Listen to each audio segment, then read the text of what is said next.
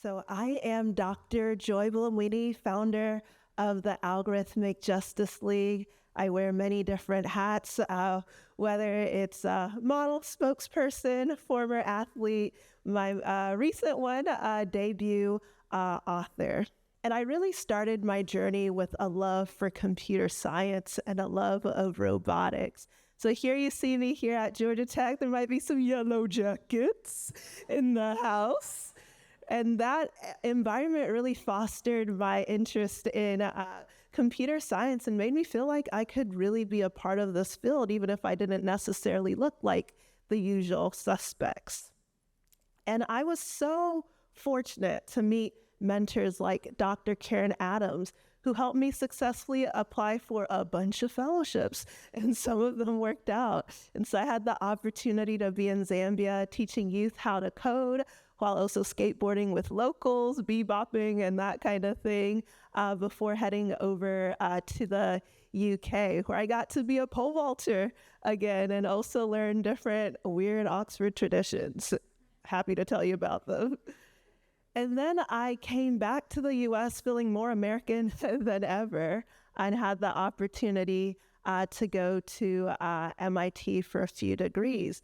And in the book, I write about how I almost didn't finish and why I nearly dropped out. And so when I graduated, it was just the cherry on top to also receive an honorary degree from Knox College. It's President's Day, and their first honorary degree went to President Abraham Lincoln. So definitely made the immigrant family very proud. And my mom is an artist. My dad's a scientist. And so for it to be a doctor of fine arts was just the icing on the cake.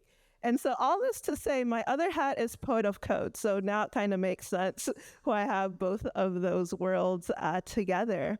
And I wanted to share with you a poem I wrote that's also a test of AI systems called AI Ain't I Woman. And some of you will see the reference to Sojourner Truth's 19th century speech in Akron, Ohio, Ain't I a Woman? So take a listen.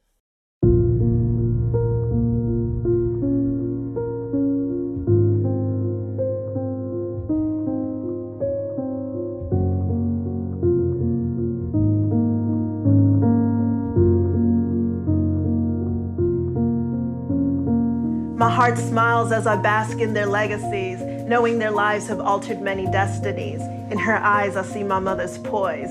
In her face, I glimpse my auntie's grace. In this case of deja vu, a 19th century question comes into view. In a time when Sojourner Truth asked, "Ain't I a woman?"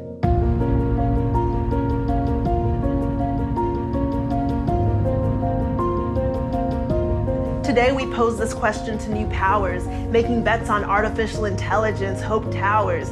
The Amazonians peek through windows blocking deep blues as faces increment scars. Old burns, new urns, collecting data chronicling our past, often forgetting to deal with gender, race, and class. Again I ask, ain't I a woman? Face by face, the answers seem uncertain. Young and old, proud icons are dismissed.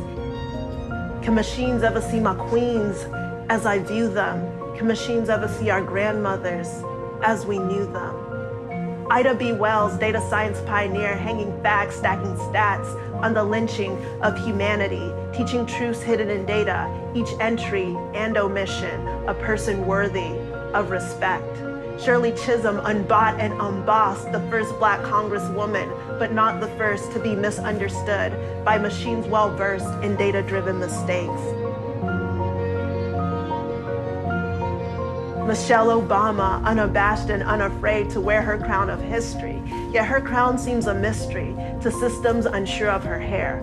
A wig, a bouffant, a toupee, maybe not. Are there no words for our braids and our locks? Does relaxed hair and sunny skin make Oprah the first lady? Even for her face well known, some algorithms fault her, echoing sentiments that strong women are men. We laugh, celebrating the successes of our sisters with serena smiles. No label is worthy of our beauty.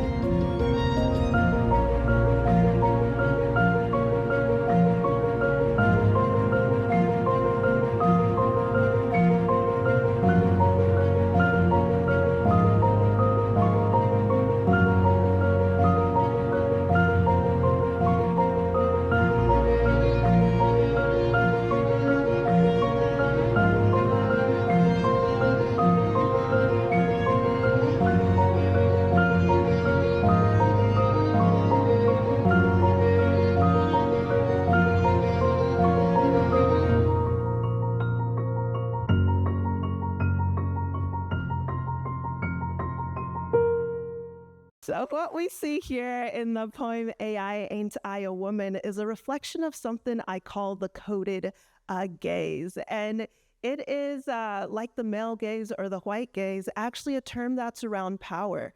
Who has the power to shape the technologies that shape our lives, who embeds their priorities, but also their prejudices. And so I encountered this in a visceral way when I finally made it to MIT. I was a grad student working on fun art projects, and the art projects weren't working on me. So I had some questions. And so I tested out a white mask, and when the white mask worked, I tried it with my friend Mary Magic, and I was like, okay, something's going on. So I actually shared this story on a very big platform, and I thought, you know what, people might check my claims, so let me check myself. So I took my TED profile image, ran it through a bunch of different AI systems, and I found that some didn't detect my face, and the ones that did labeled me male. So I was like, that's interesting. But it went from amusement to concern when I saw people were being falsely arrested due to facial recognition mismatches. Robert Williams arrested in front of his 2 young daughters. Portia Woodruff arrested 8 months pregnant for a car jack. I don't know anyone jacking any cars at 8 months pregnant, you know? And then I also saw it wasn't like just the black-white issue, light skin, dark skin issue. You had companies like Clearview AI scraping billions of photos online that were posted on social media. And as we've seen recently with headlines on Taylor Swift or even Tom Hanks, right? Celebrity does not save you, right? No one is immune to algorithmic harms. And that's part of why I started the Algorithmic Justice League. It also sounds cool, but it's for a good cause. And in the book, I talk really about moving my research from out of the lab and going more into advocacy, talking to world leaders, talking to policymakers with very different political leanings, and yet finding common ground. And also as a storyteller, seeing the importance of the humanities and having the opportunity to do a documentary like Coded Bias, and how it almost didn't happen when I lost my office keys, and other behind the scenes pieces. And also sharing the various art exhibitions and why I'm a poet and why I create pieces like AI Ain't I a Woman. Today, I really want to hone in on some of my research, which animates part of the book. And so this research was known as gender shades, when as a graduate student, I decided I wanted to test some of the biggest companies in the world and see how they did when it came to guessing the gender of a face. And so I looked at 2 big names you've probably seen of these companies, and then also a Chinese company that had access to billions of face photos to see if there was a data advantage. So how do we do? Overall, seems pretty good, right? Microsoft 94, they get an A. IBM 88, I'll give them a B. Am I a nice professor? What are we doing with this 90% in the middle? I don't know. We'll decide. Depends on the school. All right, so then once we start to break it down, right, by gender, what do we see? Better performance on the male-labeled faces than the female-labeled faces. When we break it down by skin type, overall better performance on lighter-labeled faces than darker-labeled faces.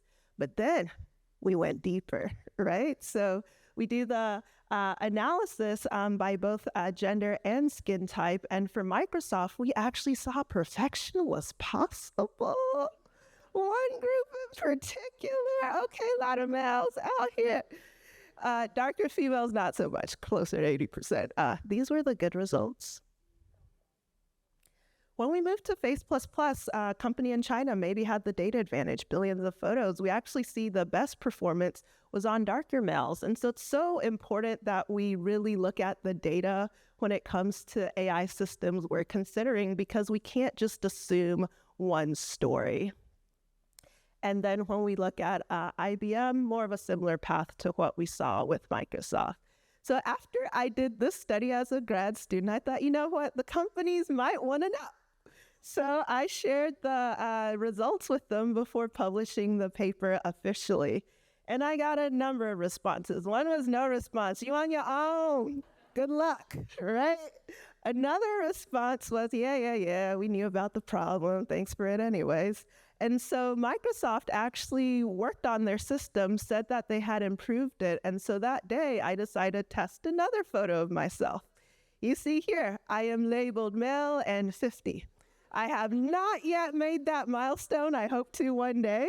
But I thought it was a great reminder of just how important it is to look beyond the headlines and also the self-reported advancements, especially with so much AI coming out. You really have to test it for your context.